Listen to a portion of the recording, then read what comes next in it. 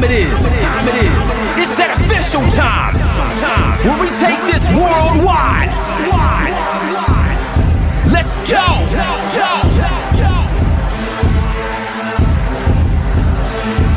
Listen.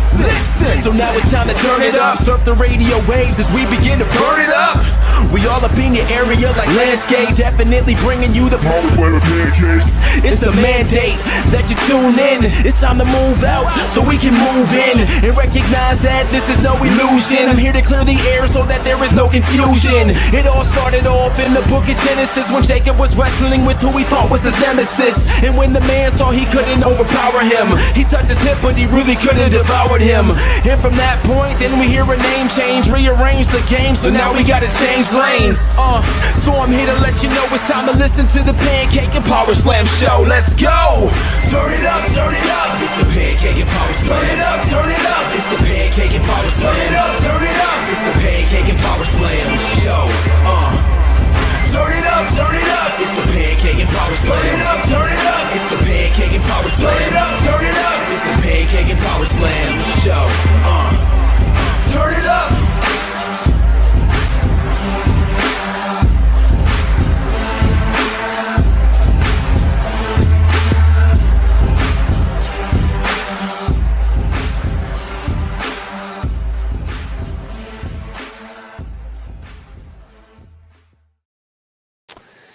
All right, ladies and gentlemen, this is Chris Featherstone from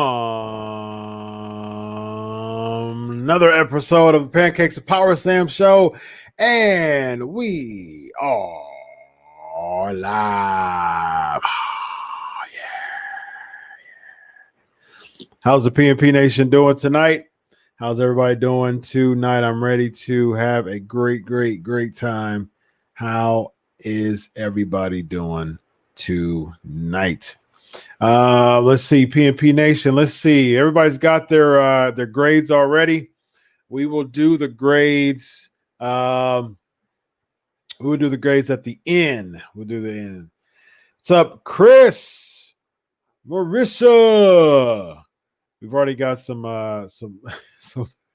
bad reactions to the Payback grades. That is funny. We will talk about that at the end. All right, so we're getting right into the Ask Chris questions, which I love.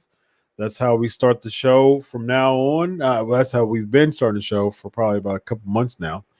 So you know how it is. Ask Chris questions, and then when it's time for headlines, it'll be time for headlines. It'll be hashtag headlines.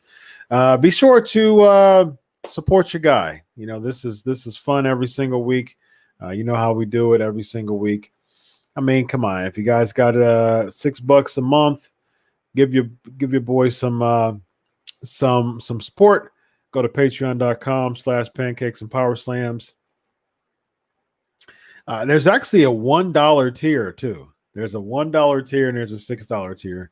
$1 tier is just like, hey, you know what? I really support the Pancakes and Powerslam show. I have a good time every week.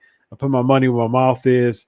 $6 is, you know what, man? This is like must see for me. I really appreciate PNP. I really have a great time. And with the $6 tier, you get a few things, and there's some patrons who know this as well. After 3 months of actually being a patron, you actually get a Pancakes and Powerslams t-shirt. After 6 months, you get a personalized Pancakes and Powerslams Wrench Mob t-shirt with actually your name on the sleeves and the Pancakes and Powerslam show on the other side. And after 6 months, you actually become a co-host on the show. And they start hashtagging Ask You.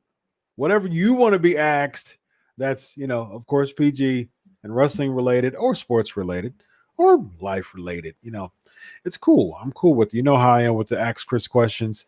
If you get the spotlight, you get the people asking you questions too. So you get those amenities with the $6 a month. It's only $6 a month. So I wanted to make it really cheap for you all, PNP Nation.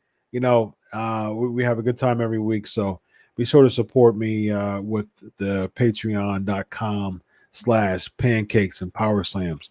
As a matter of fact, what I'll do, because I've heard that it's best to just put the link up on the, actually, I saved you a penny. It's $5.99 a month. So I actually saved you a penny. So there you go. actually saved you a penny. So there you go. There's the link for the Patreon for PNP. Go ahead and click on that and show your boys some love. You know, we have a good time every week. Like I said, $1, just showing appreciation. $6, you get some t-shirts. You get 2 t-shirts after 6 months, and you get to become a host, and you get some Ask Chris questions to you. Ask you, whoever you are. So good stuff, y'all. Be sure to support your boy. And I appreciate all your support. I appreciate all the patrons we already have, and continue to show support every week of Pancakes and Powerslams. So, to be honest with you, stuff like this, man, keeps me rolling. It keeps me rolling. I am so busy, transitioning into becoming a doctor. And then I'm actually going to schooling for another degree to add to my forensic psychology doctorate to work in criminology. So that, on top of a journalist, on top of already having my Legion of Raw weekly thing with Road Warrior Animal, on top of having Unscripted right before PNP. And so PNP, and I also have my Theology and Apologetics podcast.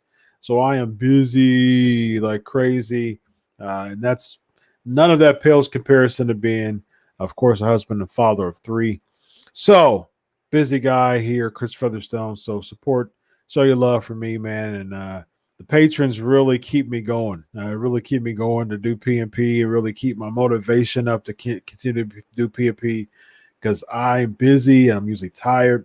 I have a good time with y'all every week. So show your love, man, and give your boy $1 a month from your support, or $6 a month if you want some amenities with that support as well. So thank you all. Appreciate it. All right. What's up, Aaron? What's up? Man, all of y'all, man. Y'all are some cool peoples. I think it's raining here. My office studio, it feels like it's raining outside. Thank you, Marissa. I actually interviewed Nick Patrick right before my Unscripted show. So I was like, you know what, man? There's a funny story about this rep shirt. I think it was last year. My son, who will be 8, actually, next week. So he'll be 8. Wow, that's crazy. That is crazy. Even thinking about that. My son is 8. Is 8. That's crazy. I'm getting old. But yeah, so he'll be 8. So he's 1 year, I think it was last year. I'm almost positive it was last year. The theme was football. So my wife and I, we got some rep shirts from Amazon, and we both wore rep shirts for his birthday party. So it was fun. So I was like, you know what, man? This is probably the last time. That was probably the last time I wore it. I just don't wear referee shirts. So that probably was the last time I wore it, was a year ago. And I was like, you know what, man? I've interviewed Nick Patrick a bunch of times. I was like, you know what, man? I'm gonna shout out my boy Nick Patrick, and I'm gonna show my boy Nick Patrick some love. I'm going to wear my referee shirt today. And so he loved it. It was great. So it worked. It worked. It was cool. Let's go, Antoine says. Yes, I'm a ref. Got the stripes on.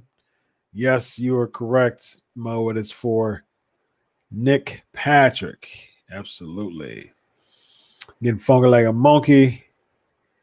Ref shirt is boss. Thanks, Paul. Appreciate it, man. Yeah, absolutely. Yes, yeah, yes. So I heard about Kenny Omega in the Thunderdome. So that was actually pretty funny. Well, actually, we could talk about that. Um, that was funny. You know, I think. I know he commented about it. Um, he said, uh, "I was just trying to have a good time. I honestly didn't think anyone would notice." Ah, oh man, I love it, man. Absolutely love it. I mean, I love stuff like that, man. I love it. It's one of those things that you've got uh Kitty Omega's image on the Thunderdome, and he's a mark, for wrestling, man. I love it. It's great. I absolutely love it. And it's one of those things, man. That's you can't get to the point where you feel like you're big. You're so pompous and high and mighty that you can't just be a mark. I've interviewed hundreds of people now, and there's certain interviews that stand out to me. There's certain things that, out of all the people that I interviewed, I actually have to listen to a lot of it to remember, because there's some really good gems. I actually thought about writing a book with all the interviews that I have, because there's some really good gems with the interviews that I've done over the past 8.5 years.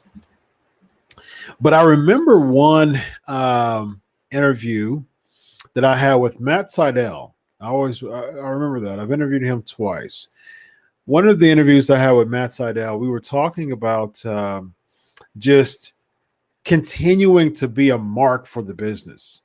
And Matt Seidel said, he said, that's one of the reasons why I love wrestling, and I've been wrestling for so long, and I'll never get tired of it, because I'm such a mark for pro wrestling. And I was like, you know what? I appreciate that. I appreciate stuff like that, because he appreciates wrestling. You know what I mean? Because he's one of those people like, I as long as I've been watching wrestling, I've been watching wrestling for a long time. He's like, look, I don't care how long I've been wrestling as a wrestler. I am a mark. And that is causing me to continue to be excited to get up from the hotel, to pack my bags, to go to the ring, to put on a show, because I'm a mark for the business, and I love it. I appreciate stuff like that, man. And you could tell with someone like a Kenny Omega, you can tell that he's still a mark for the business too. And I appreciate him. And if you see Kenny Omega watching, if you see Cody watching, if there was a picture of Cody watching, in the Thunderdome, or if the Bucks win the Thunderdome, I think that's great. I really do. I'm a big fan of it, because it just really goes to show, look, I'm a mark for the business. I love pro wrestling, and I'm watching WWE. Bite me. Like, what are you going to do about it? Okay. I love watching wrestling. I love watching WWE. So I'm all for it, man. I'm a big fan. Marissa's asking, what do you think Alexa's role is with the Fiend? Maybe Sister Bliss. That's a good question.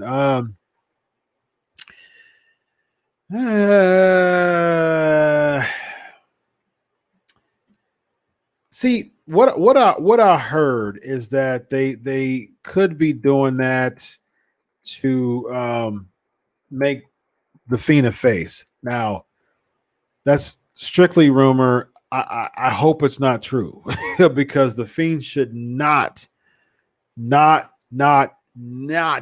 babyface. There's nothing babyface about the Fiend. So, and just because, and that's the thing. That's the reason why pro wrestling has gotten so just off and skewed, because it's been so bad, because good characters actually get babyface pops. You know what I mean? Like, that's how bad pro wrestling has become. If you have a good character, people cheer you. And it's like, no, that's not what old school wrestling should be, and that's not what it looks like. Good characters, regardless, they either get cheered or get booed. But nowadays, if you're a good character, people cheer you because they're like, finally, there's something we can latch on to, and that's quite sad. And it's what it seemed like for a while for the Fiend. People were cheering him because it was finally something different, finally something people can latch on to. And I think he should remain a heel for sure. But the only thing is, the weird thing about SmackDown right now is that you really have three heels on the top. Braun's, transitioning to a heel. The Fiend's a heel, and Roman is certainly a heel now.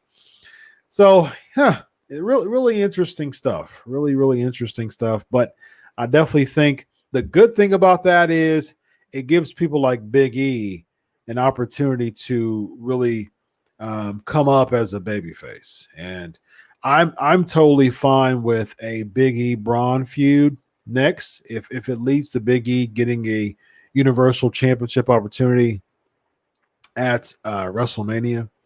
I'm totally fine with a Big E Braun feud, something like that. Big E Fiend, I'm fine with that. But yeah, I think Bliss is it's just an opportunity user. It kind of makes sense, right? I mean, they were using her because because Braun had a crush on her, Team Little Big mixed match challenge and all that. So I understand why they're using her. The only problem I have is that I don't think I adamantly reject any notion of Alexa Bliss being used to transition the Fiend into a baby face. It seems like she may be kind of like the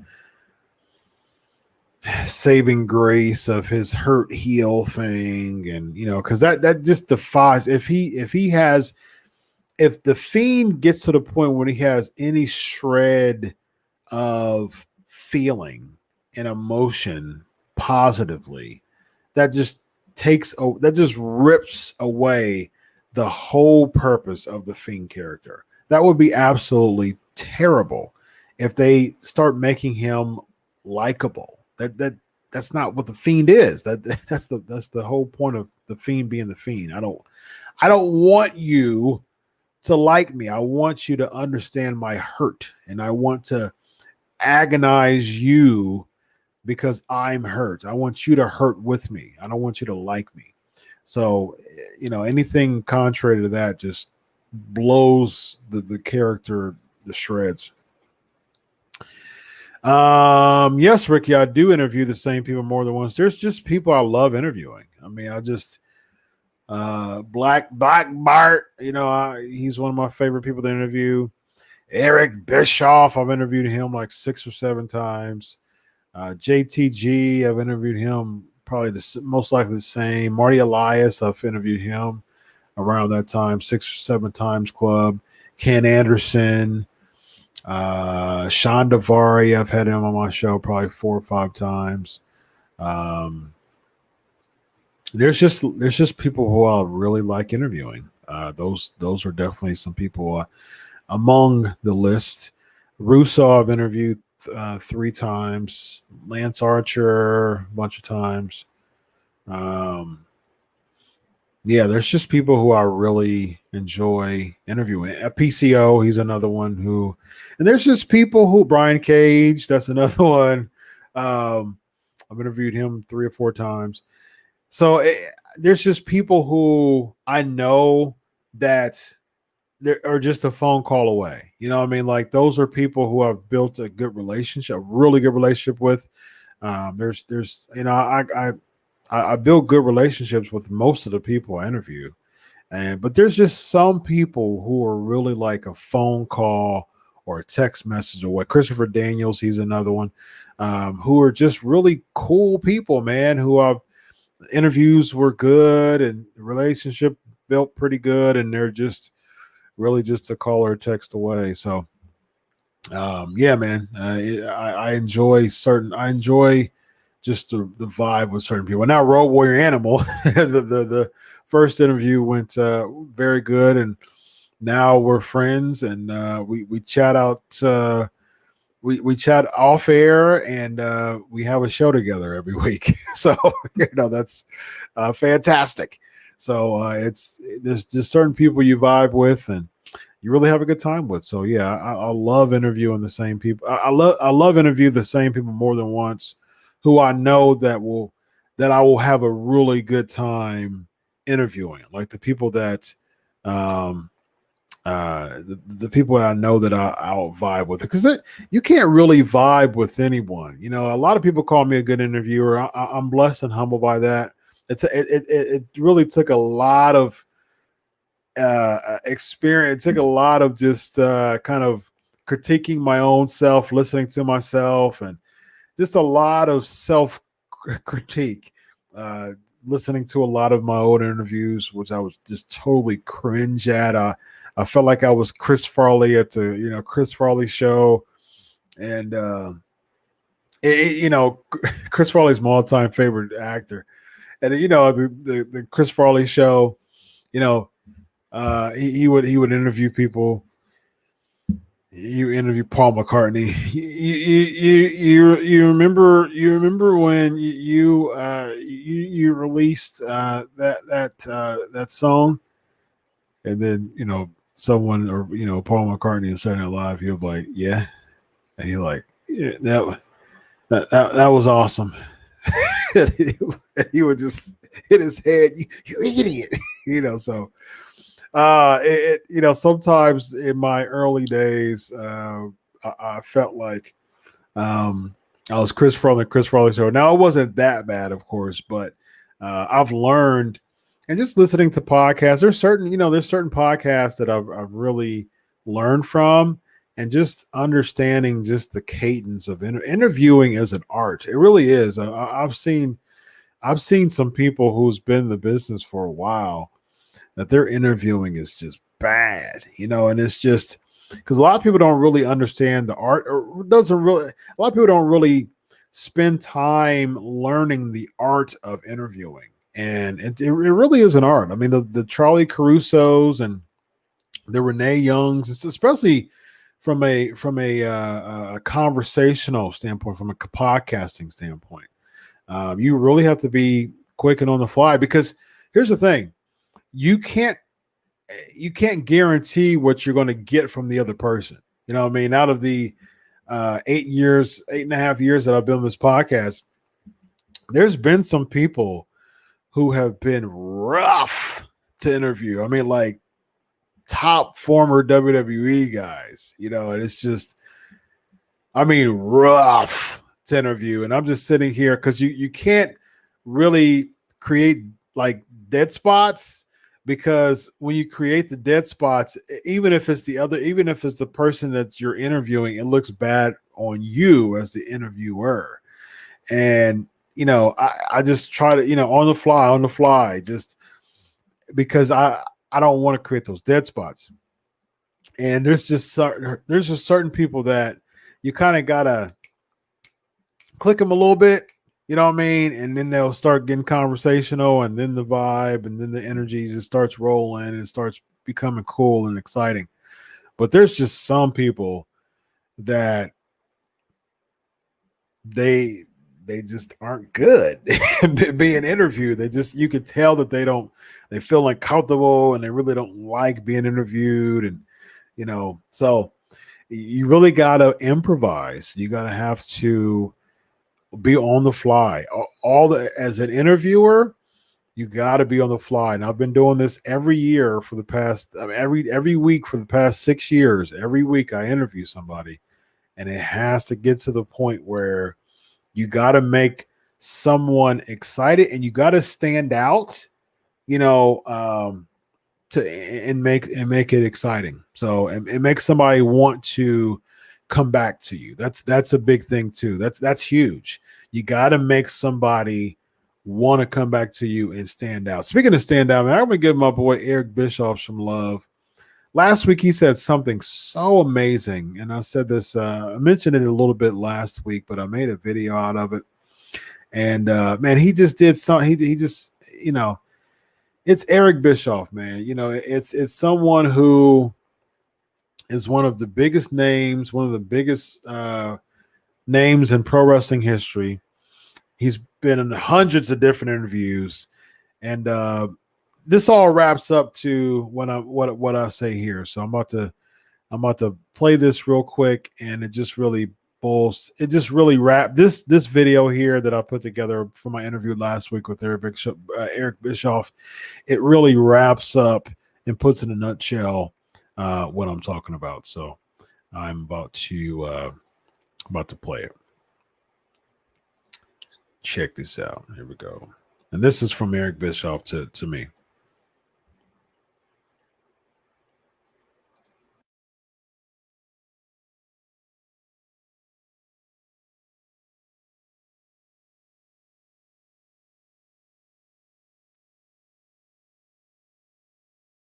Eric Bischoff, how are you tonight, sir?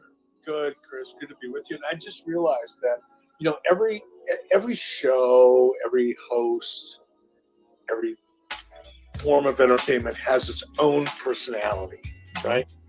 And I just realized what makes your show so unique. Ooh, okay. Special. What makes it stand out from all of the other shows I've done is you've got this smooth jazz kind of vibe to your show. Okay. Even the music, as I'm sitting in the waiting room ready to get going, it's like, this is just like smooth and comfortable, and it just feels good. So hats off to you. Thank you, man. I appreciate that. That's a lot coming from you, since you were a media mogul. So that's. I actually feel more sophisticated as an individual after having spoken to you on your show. How classy your show is. All right, so yeah, that's it, man. That's you got to leave an impression, man. So for those who are going into journalism and interviewing, and that's my tip, man. Got to leave an impression. So you got to think about this person that you're interviewing. They've probably had hundreds of other interviews. What makes yours different? What makes you stand out? So there you go. There's my advice for the night. Eric said that was funny. What Nick said, that Dusty said, "Fill it up, baby," made me laugh. Yeah, that was a funny story. Absolutely. Marissa's asking, what are my thoughts on Dominic in the ring? I said it, man. I said it. I'm a fan. I'm a fan of Dominic Mysterio. He's impressed me. Even from last year, like I said before, when Ray went against Brock at Survivor Series, just his involvement then, what we've been seeing now with Seth, the matches, just, there's of course there's some critiques. I think that he needs to hit the ropes harder. I think he needs to make that transition a little bit more harder, a bit more firmly.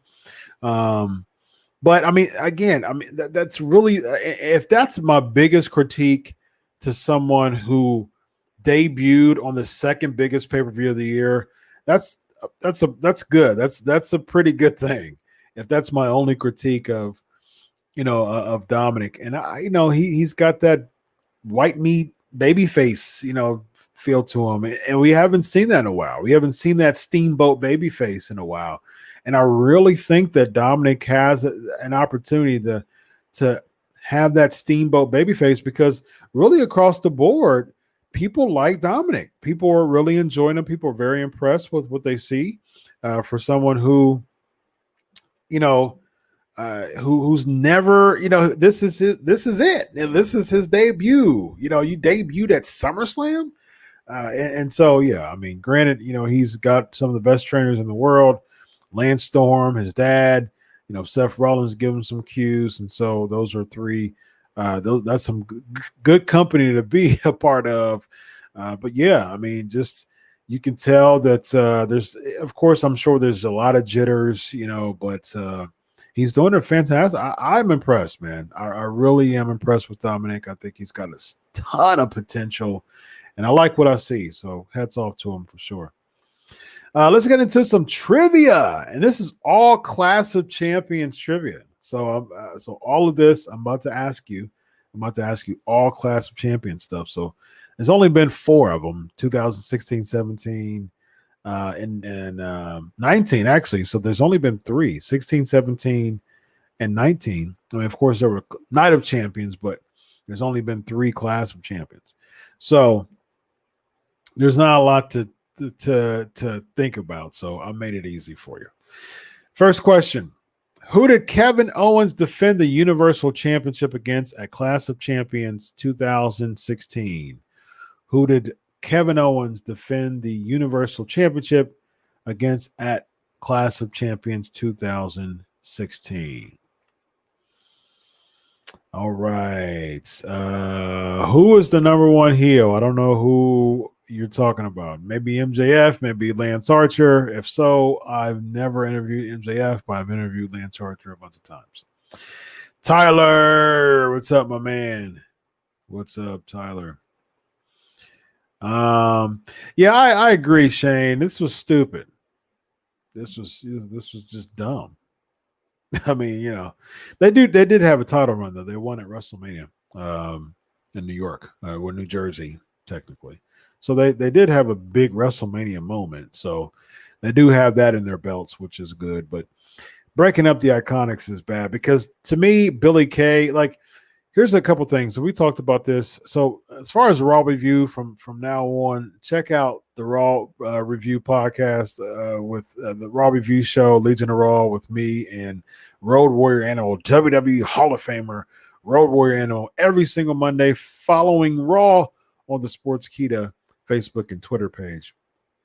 So that's my Raw review, so to speak. But guys, of course, you know how it is with Ask Chris. You can ask me Raw stuff, and I'll answer it here on the show for sure. But we saw on Raw. Okay, so here's my thing, and the reason why I said that is because I said this last night, I said this last night. So it's one of two things to me. So it seems as if maybe Peyton Royce could be leaving AEW. Her husband, Sean Spears, is in AEW. Maybe an opportunity for them to get together. But what it seems like is that Vince McMahon's, is high on Peyton Royce. So there's been some rumors that Vince sees Peyton as a star. The only thing is this, Vince McMahon is such a, how it is with start, stop, pushes, and just, Vince will wake up and have a cup of coffee one day and say, I'm not really feeling Cedric Alexander anymore. I'm not really feeling Ricochet anymore. I'm not really feeling the Iconics anymore. Yeah. That's just, it's unfortunate. You really are working in a company where you could have a string of wins and just lose. Vince just doesn't care anymore. And that's really sad to be under, that much control of your character. As far as your character is concerned, it's sad. So I don't see Peyton Royce, being different than anybody else in that regard. I don't think it's a good idea to make both of them singles. The problem is Billy Kay, out of anybody, I think she's going to get the shortest end of the stick for sure, because if Vince sees Peyton Royce as the star, as we saw, Billy Kay's getting rolled into Raw Underground, the Raw Underground mat with Marina Shafir and Jasmine Duke. That pretty much says it all as far as where Billy Kay is going to go. So, and then who the heck is the babyface in all this? Who's if you're rolling in someone into a combat mat, a combat zone, that's definitely not babyface like, but Billy Kay played kind of like the chicken crap heel. So it's weird. It just kind of continues to go on the trend of the WWE's foresight in a lot of cases is very little. It's just not very good. I just don't see a lot from this. Now, I could be wrong, of course. But just breaking up the Iconics is just it's just a bad call. I think they're better together than they are apart for sure. Brendan's asking, since Brock is a free agent, so to speak, how do you book Keith Lee now if you were WWE? Good question, because I actually wrote an article if Keith Lee should go against Brock Lesnar. He should win the Royal Rumble and go against Brock Lesnar at WrestleMania. Now, I imagine that because I actually have Big E going against Randy Orton. Randy Orton getting traded, winning the title, the WWE Championship, and then keeping it until SummerSlam, till WrestleMania, and go against Big E. Because Big E needs someone with a lot of heel heat to really get that passing of the torch, kind of main event echelon, ascension, so to speak. So I think it's quite clear that we'll see Randy Orton winning the title at Clash of Champions. I think now, since you kind of have Keith Lee and Randy Orton, Lee has a clean win against Orton. I think now you have a way to bring that back, come WrestleMania season. So here's the thing. I think you either have Keith Lee or Big E win the Royal Rumble. I think that Big E has more of an underdog feel to him right now than Keith Lee does. I still think it would have been a better idea if Keith Lee would have stayed in NXT and won the Royal Rumble as an NXT star. I think that would have made NXT look good. I just think he should have won as an NXT star. And yeah, I'm not a big fan. I'm just not liking where they're making Keith Lee right now. Keith Lee is one of my favorites right now. I would push him to the moon if I had the books. And just his gear, it's clear that Vince McMahon, it's seemingly clear that Vince McMahon was behind putting the top on him. He wore that in ROH too. So I'm not surprised at it. But look, if Vince McMahon is like, okay, well, he's a big guy, he's a football player, he's a linebacker. If Vince McMahon doesn't like the linebacker look, put that dude on a singlet, man. Make him like Vader with shorts instead of long pants. Give that dude a singlet. And here's the thing. I would even do kind of like the MVP type of look for him. I think that's feasible. If he has the top, like make it one suit, similar like Mark Henry, how Mark Henry used to wear. Make it look like that. It's Mark Henry's retired. He's not there anymore. He's a Hall of Famer. So there's no one wearing that type of suit. Now, MVP kind of it does in a sense, but his the bottom is longer. And so I'd be totally fine if, just make that a one piece, just because what we're seeing, the payback fit was not good. You got the black with the kind of, greenish, trunks and gold with both ends. And on Raw, you had the pink and black with the gray and pink. It just, that stuff. And I've said this before, gear and music can make or break somebody. It really can. And we saw that. We knew the red and yellow was who? Hogan. Real American Music, Hogan. Plain Black Trunks, who? Austin. Glass Shatter, Austin. Pink and Black, who? Heart. It just the kind of like the fire trunks, Latino Heat. We saw that. We know that with the Guerreros. So, and I'm telling you, gear and theme music can really make or break someone, and that is just something that's been so overlooked from WWE, that not have people have like trademark colors, trademark gear, really good music. I'm just not been a fan, man. Those are just the intangibles that really allowed us to really see larger than life characters back in the day. When you hear the gong, Taker had his own gear. When you hear Woo, or just Flair's music, period. It was majestic. It was royalty. It was just incredible. And of course his gear was amazing. So those intangibles still mean something as far as character development.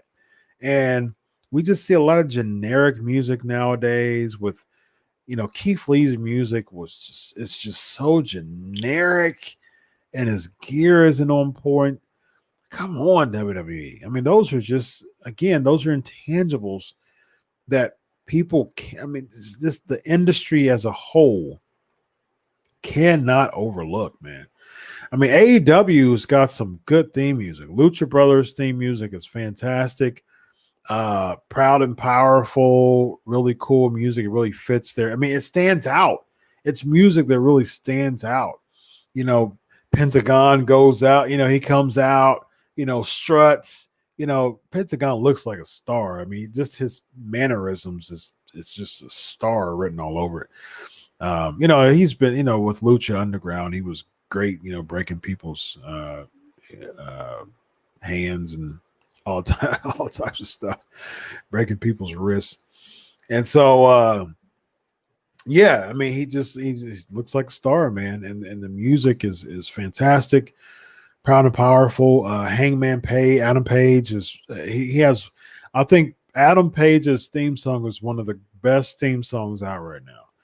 Because when I think of theme songs, I've said this before on my show, when I think of theme songs, I think of theme songs that it's so good that you are at as Vince McMahon would say, a capacity crowd. That you have that capacity crowd feel to it. And you actually have that feel, that look, you've got a crowd just surrounded at WrestleMania. And you're walking that aisle, as Ric Flair would say, you're going down 50, 60, 70, 80,000 people. And your music really wants to make a presence, calls an aura. And Adam Page's theme song does that to me. I think it has a cowboy regalness to it that I absolutely love. So those are very important intangibles for sure. PNP Nation is lit tonight, of course. Great comments. I can't trace all that's why that's why Axe Chris is the way to go. Because there's a lot of good comments in here. What really I do it is super chat, hitting up super chat that are really doing supporting the show. So go ahead and hit that sub button. If you haven't subscribed to the Pancakes and Powerslams YouTube channel, I get thousands of people to listen to the show every single week.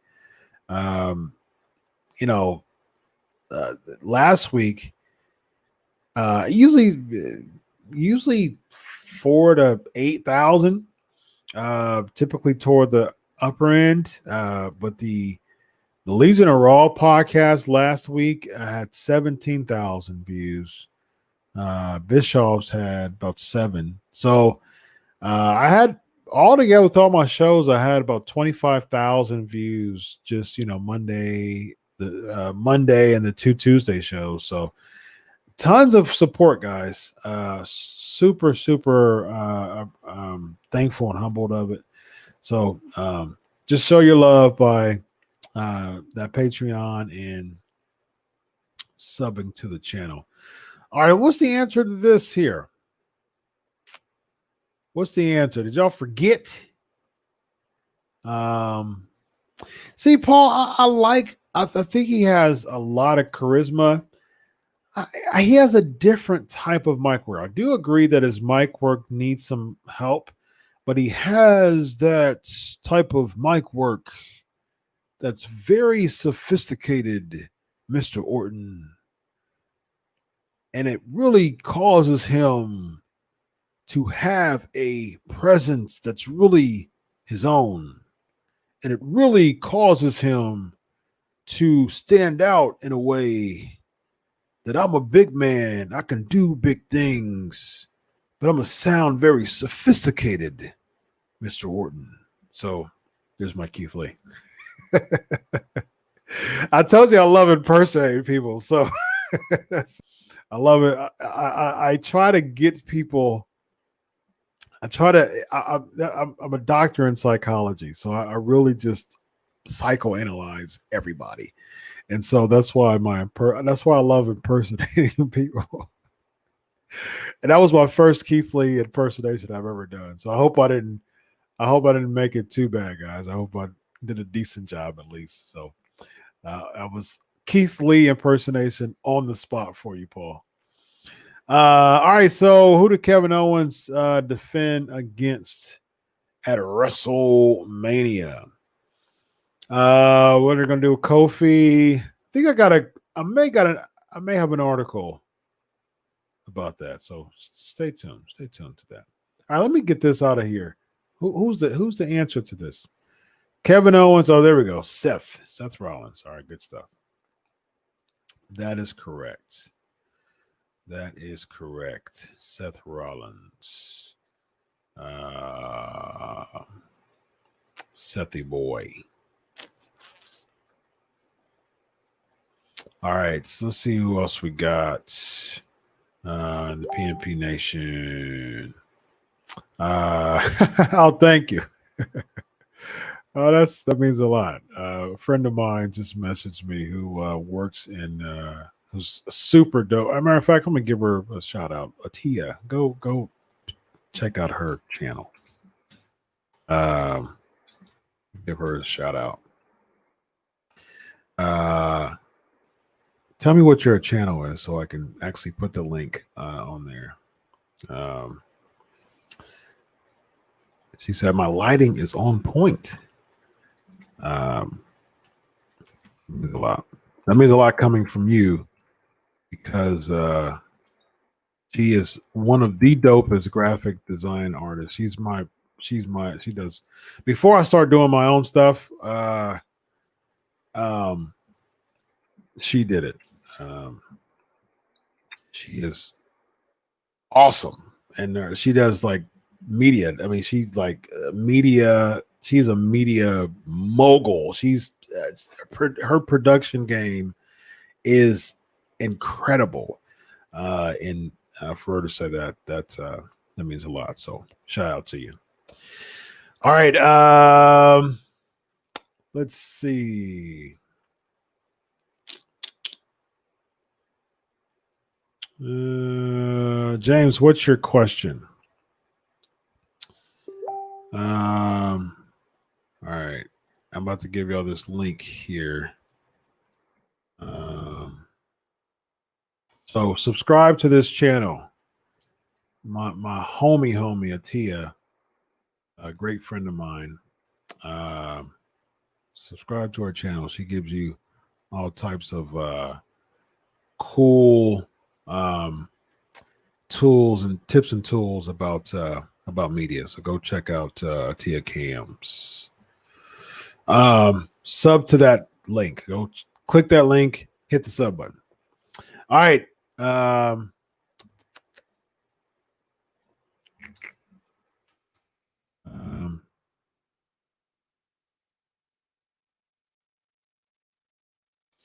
All right.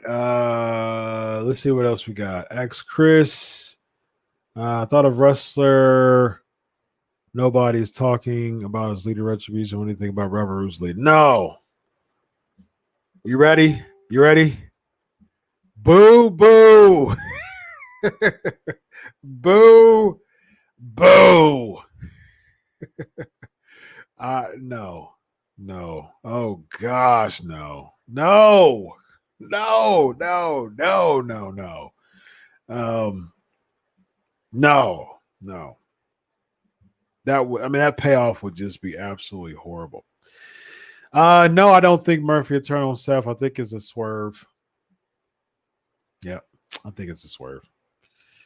Renee Young leaving WWE. Yeah, it's a good call. I mean, yeah, why not? I mean, she's got other projects, she's got other endeavors. Was very amicable. They even gave her a shout out, at the on the pregame on the kickoff show. So obviously, is you know how WWE is. WWE can be petty a lot of times.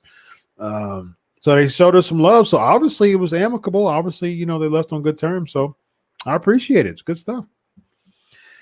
The rumored new Wyatt family possibly adding Bo Dallas and Lars Sullivan.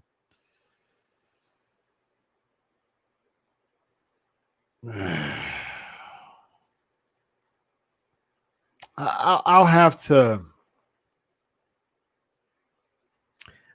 see it. I'm open to it. It doesn't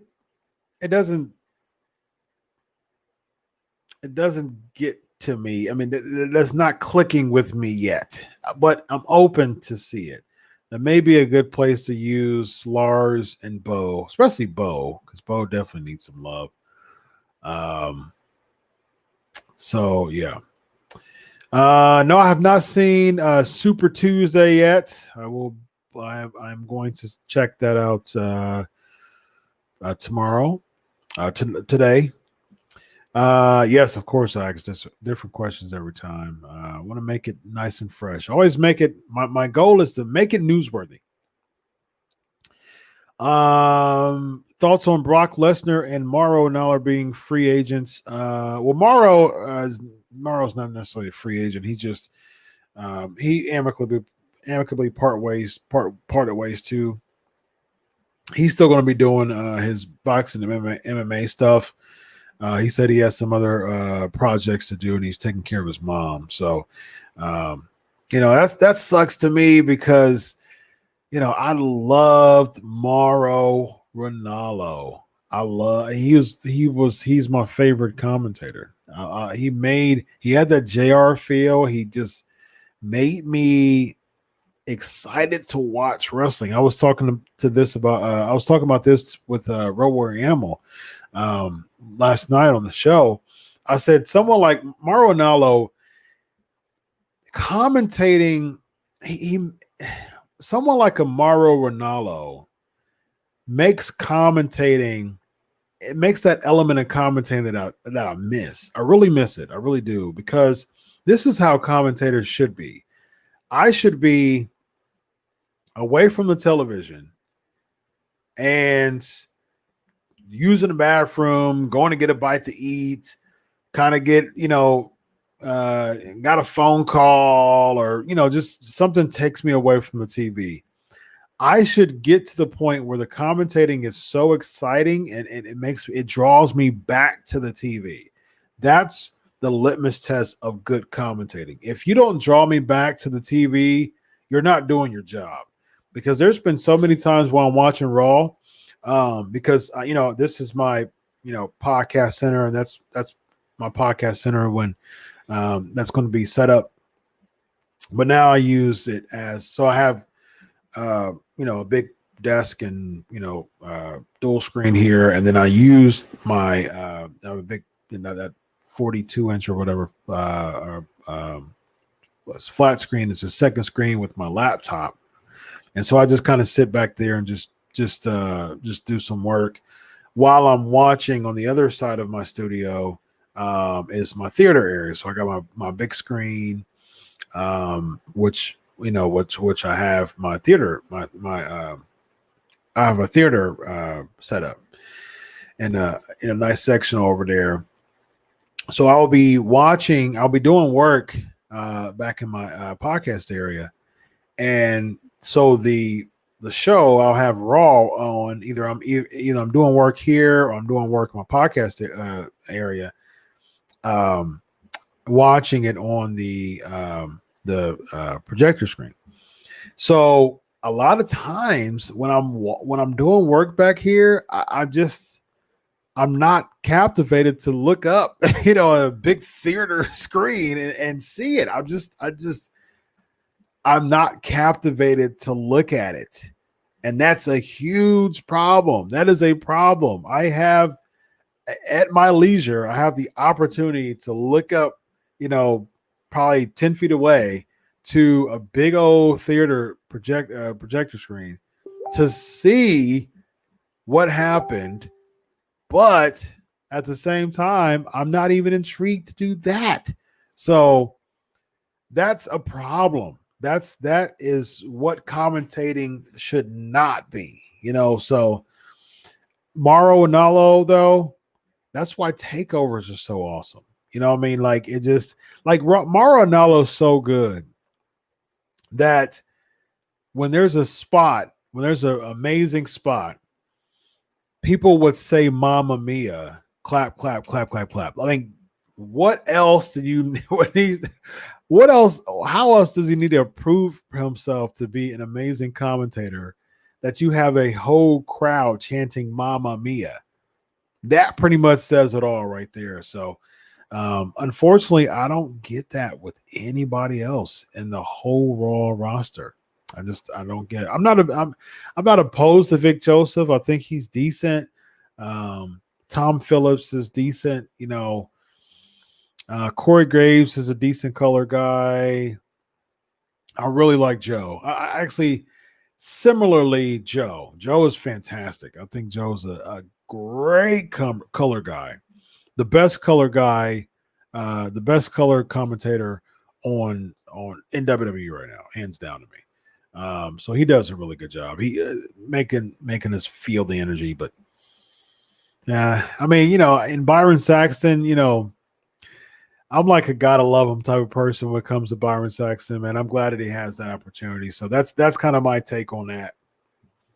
I'm more happy that he has the opportunity than his actual work. So I guess there's some bias there, but hit or miss for me when it comes to that. As far as Byron Saxton, as far as Lesnar, I mean, he's a business guy. I talked about this last night. He's a business guy. Goes where the money is. If the money, if the money's against Fedor, in Bellator, that's been rumored. If the money's in, John Jones, that's been rumored. If the money's in AEW, that's been rumored. Where the money is, he's a business guy, and I mean, you can't blame him. You can't blame him for that. I can't blame him. You just can't. He's a business guy. There you go. Simple as that.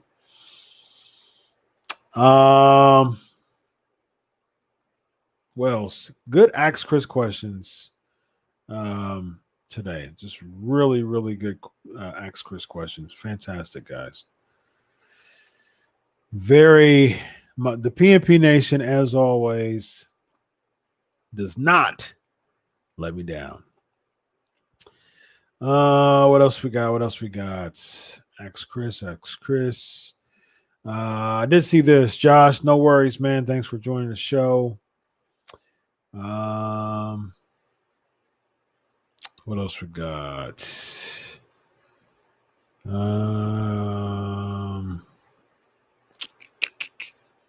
Just kind of scrolling through the questions. Lots of interaction. I absolutely love it, guys. Fantastic, guys. Fantastic. Marissa's asking, by By the way, did I tell you that Nia and Baszler, I guess, the winner tag belts not to run it in or anything. Anyway, what do you think of the tag team? Yeah, I think you did call that, Marissa. So good call on that. I'm open to them as a tag team, but it doesn't make sense to feud against Bailey and Sasha, right? So there it looks like they're on SmackDown. So now do you have the Riot Squad? People criticize the Riot Squad, but I like them. I mean, I'm high on the Riot Squad because I'm high on Liv Morgan. I think Liv Morgan is just a star in the making. I said this before. There's something about Liv Morgan that just screams star to me. And if this is it, I mean, for now, you know what I mean, for the time being, if giving her a tag team title is it, I'm fine with it. You know, I'm cool with it. So be it. I'm fine. And because again, Liv Morgan to me, star, and so they should make her. If I had the books, look. Here's my four. The four people I would make a star if I had the books. I would push them to the moon. Keith Lee, Big E, Liv Morgan, Bianca Belair. Those are the four I would push. I would attach some rockets on their backs, and I would push them to the moon. And that's the problem that a lot of times WWE has, as opposed to before. Wins and losses matter. When you're giving all this 50-50 crap, that doesn't make someone look above the company. It doesn't make them look larger than life. If this week you win, this week you lose, win, lose, win, lose. No, that does nothing for a character. Nothing.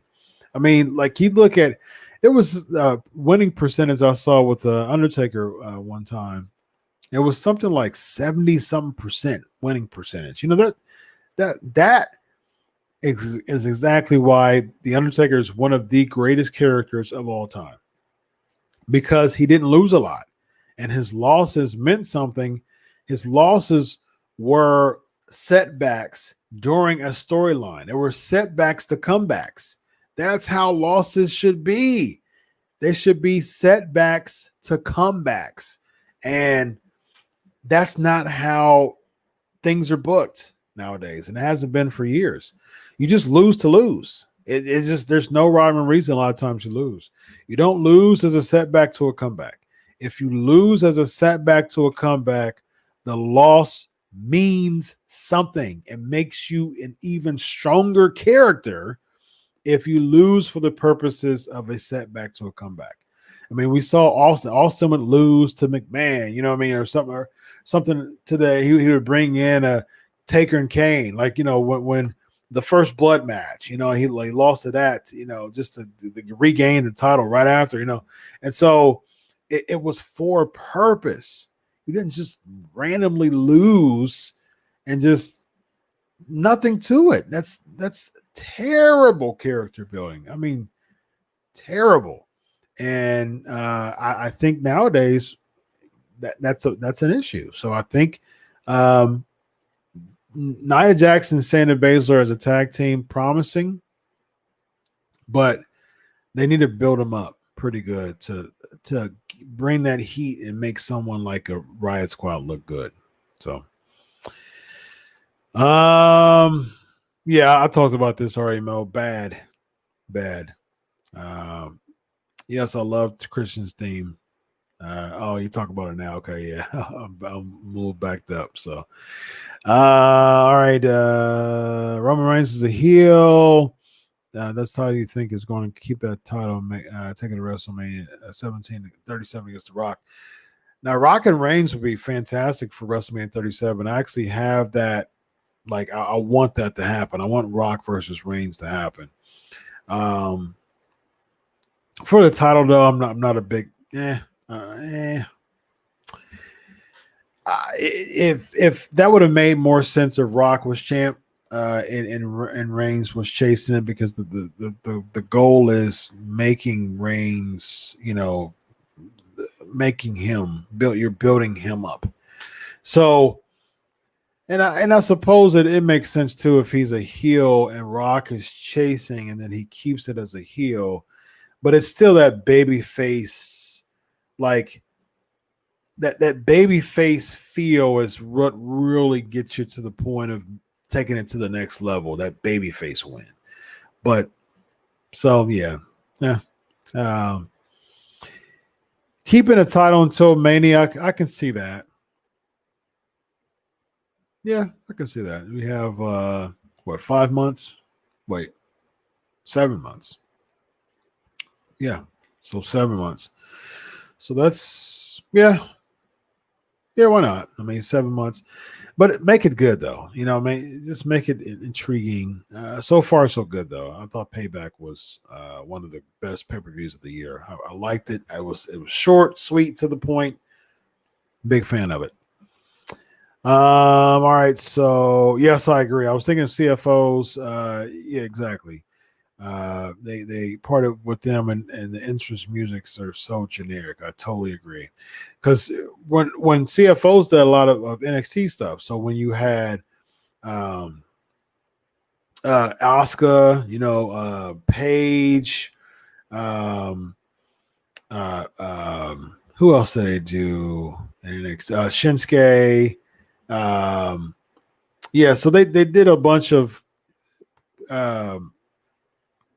theme songs that really stood out. I know they on the main roster, I think they did Barrett's Boom theme, which I really liked.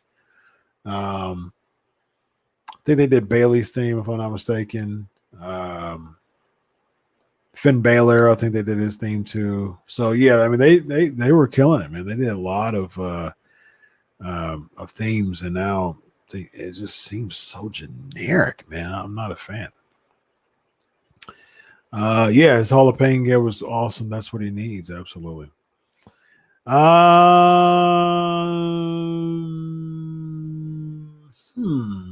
Not as a leader, but that would be interesting to see James Storm as a member of Retribution. I'd be in for that for sure. Let's see. Any X Chris.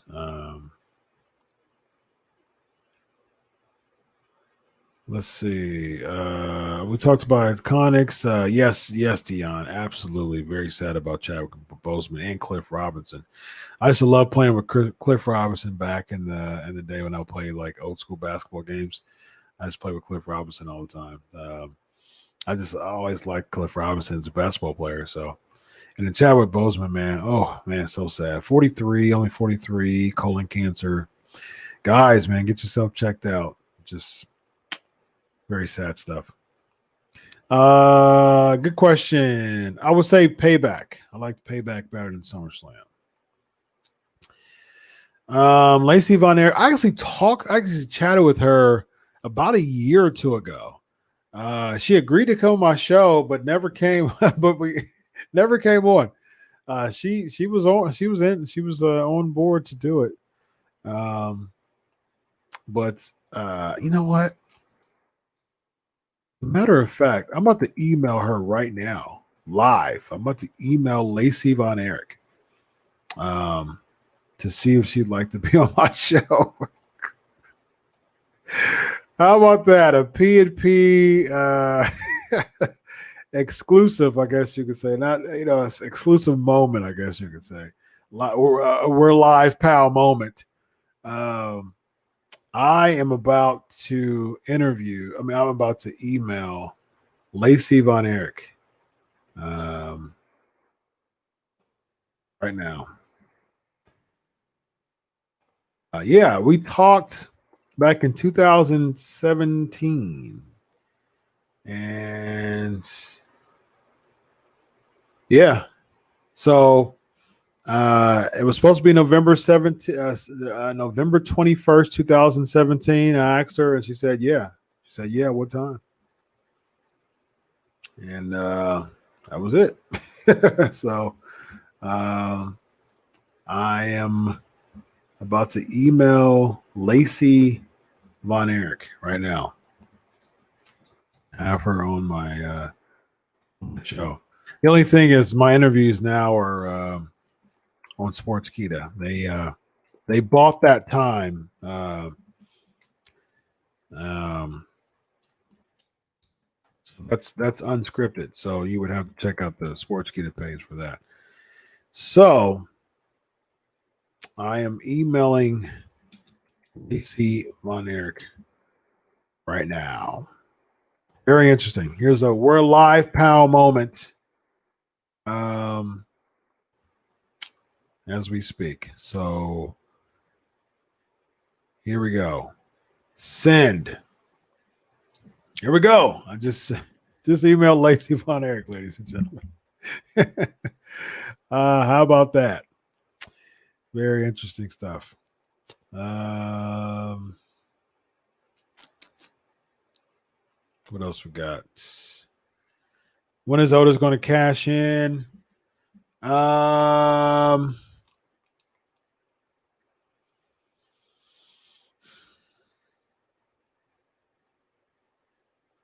Okay, so SmackDown, Roman Reigns.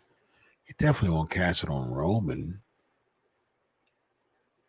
I think WWE just really shot themselves. And I like Otis. I like Otis a lot, actually, but that was still like a what moment? There's still part of me that feels like he's going to give that case to Mandy, to his peach.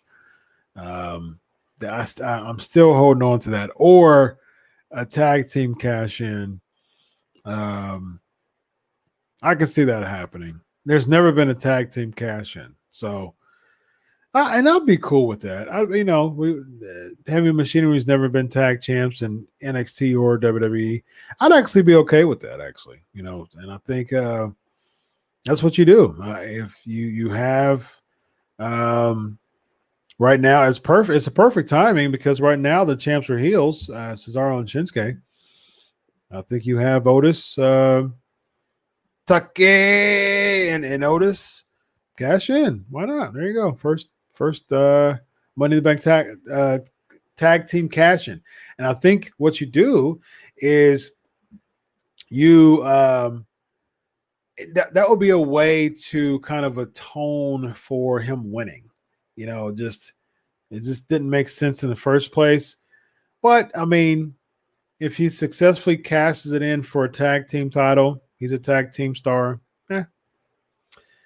It's not the ideal, not the most ideal situation, but not terrible, I guess. Alyssa, wait a minute. We got a new female at the P&P Nation. Let's give it up for Alyssa. Let's give it up. Marissa, there you go. There's your new tag team partner right there.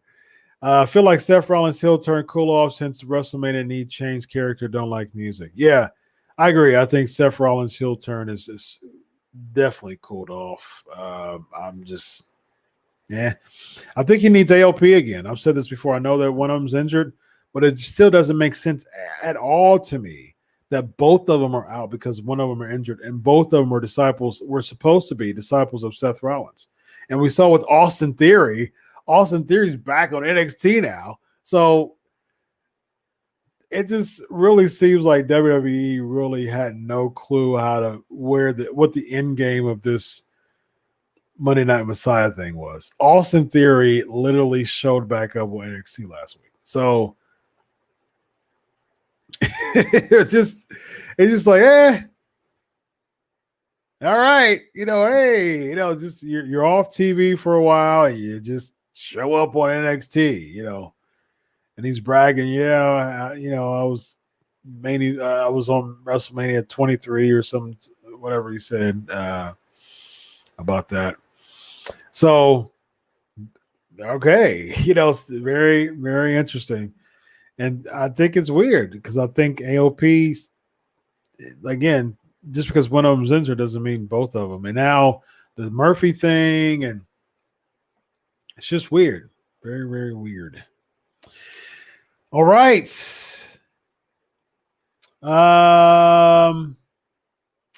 Yeah, I mean, I think it's one of those things that everything had to subside. There were some things, from what I remember, there were some things that were stemming back from what he said.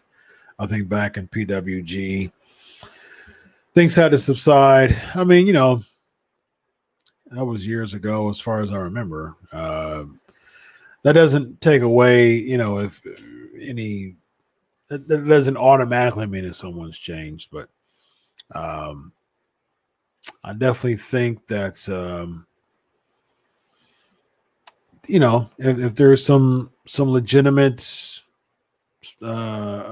repentance, so to speak, about it, I'm fine with it. I think he's a good color commentator too.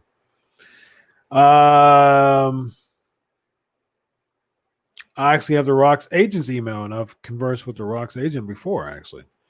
I almost got close to interviewing The Rock for Fox Sports and Batista when I was writing for Fox Sports. Yes, we have questions, Chris. You were in Thunderdome for Payback kickoff. Nice. Good stuff.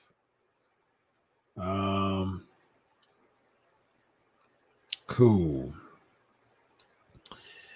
No, I have not gotten to the Thunder. I haven't even tried. I don't plan on trying. I have no desire to be a part of the Thunderdome. Zero. And I was talking about this on the Legion of Raw last night. Now that would be funny. Otis Cassidy in 24/7. That would be hilarious. But no, I just don't. I don't. To me, the Thunderdome concept is going to get old quick. I don't see.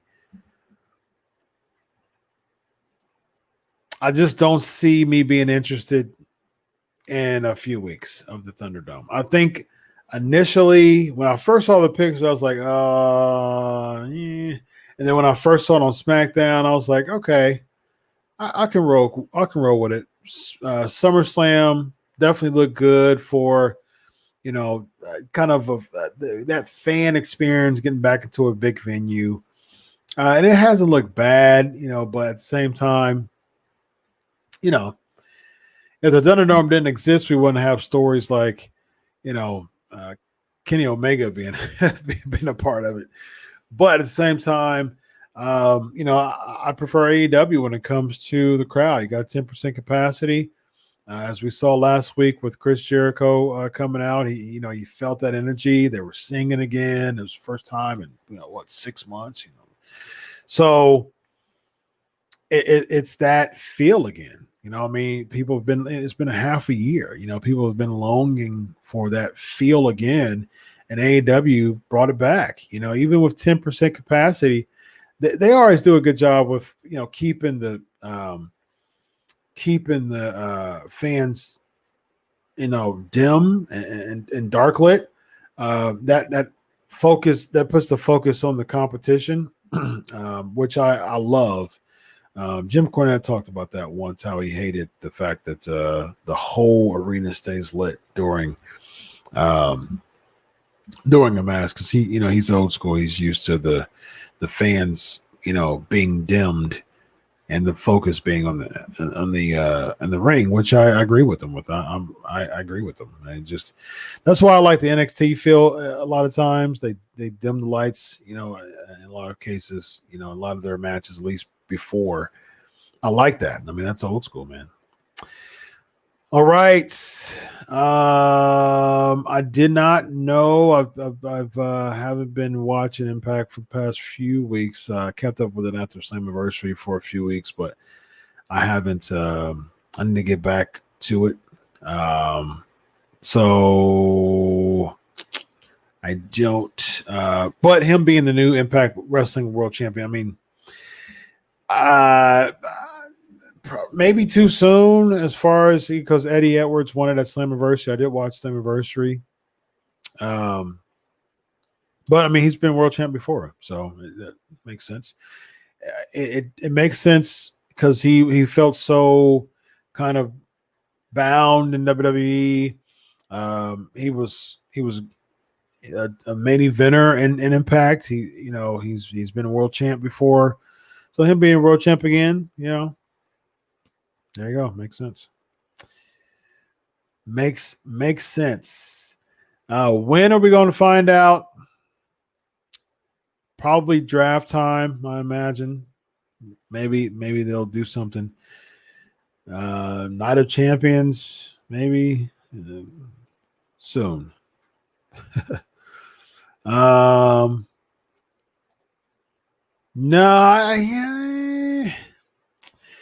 I don't know. I'm tired of I'm tired of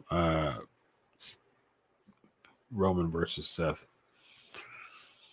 No, I don't want to see it. Well, Seth is Raw and Roman SmackDown anyways, so I don't see that.